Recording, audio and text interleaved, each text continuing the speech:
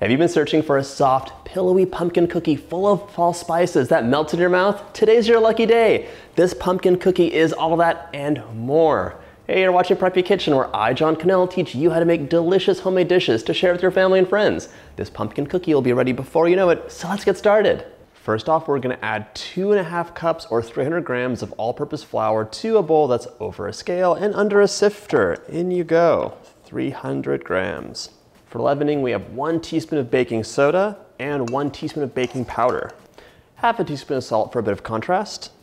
I'm using all of my favorite fall spices for this recipe, but you could use your favorites, just plain cinnamon or pumpkin spice mix if that's what you have on hand and you like using.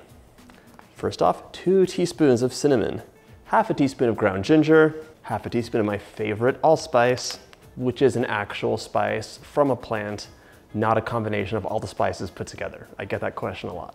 1/4 teaspoon of cardamom and 1/4 teaspoon of freshly ground nutmeg. I love nutmeg when it's freshly ground. It's not the same if it's just powdered. And having one of these microplanes is so handy in the kitchen. You can use it for spices, for zest, even for hard cheeses. It's very versatile. All right, sift it up. Scale's done, and we're gonna give this a whisk and set aside. Whisk, whisk, whisk. By the by, I just sift almost everything, like part of my muscle memory. You don't have to sift it for this recipe. It's just like a nice habit to be in. Never hurts. Set that aside and either get a stand mixer out or another bowl and your electric hand mixer.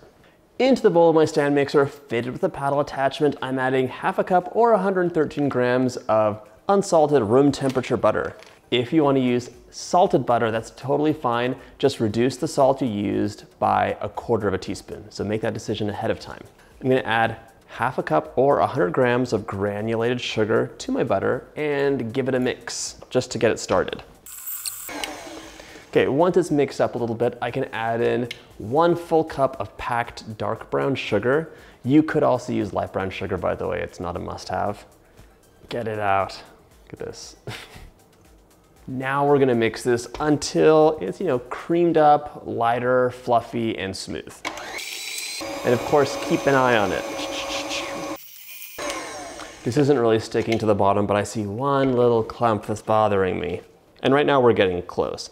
When you use brown sugar and butter together, you're not gonna get that light, fluffy texture you would normally have with regular sugar and butter. So just be warned, it's gonna be a bit more of a fluffy lump.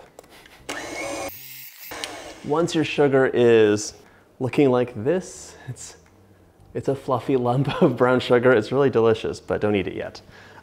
Go ahead and add in 1 room temperature egg, no shell, and 1 teaspoon of a nice vanilla extract.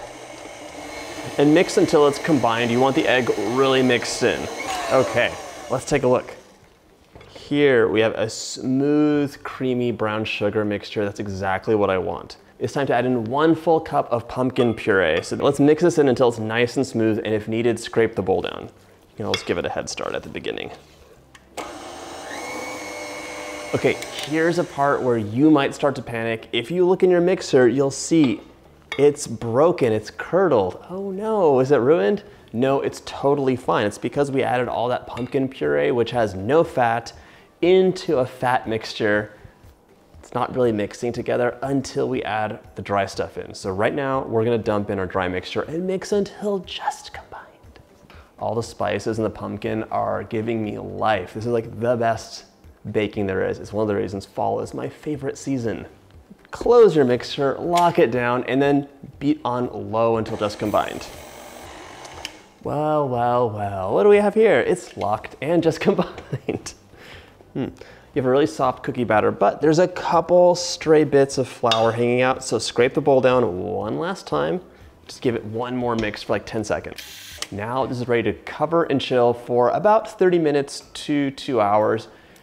A longer chill time will let the cookie come together and it'll be really puffy, fluffy, and just chewy, melt in your mouth, delicious.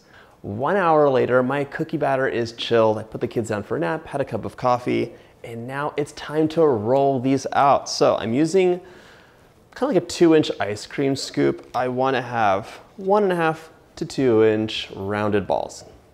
So plop them out And then I'm gonna roll them as well, but you don't have to do that.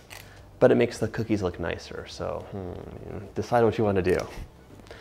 Today I'm baking just enough cookies to fill this baking sheet, but this isn't gonna go to waste. I'll freeze the rest of the cookie dough. The best way to do that, in my humble opinion, is to go ahead and scoop all of it onto baking sheets, bake the one you want, and then freeze these for about an hour or until they're nice and firm, and then put that in a freezer bag. And as you want, you can bake one cookie if you want a midnight snack, or you can bake the whole batch later on, but you don't have to worry about defrosting it and scooping it, and they'll also defrost much quicker. In case you were wondering. Okay, right now give these just a little bit of roll to round them out.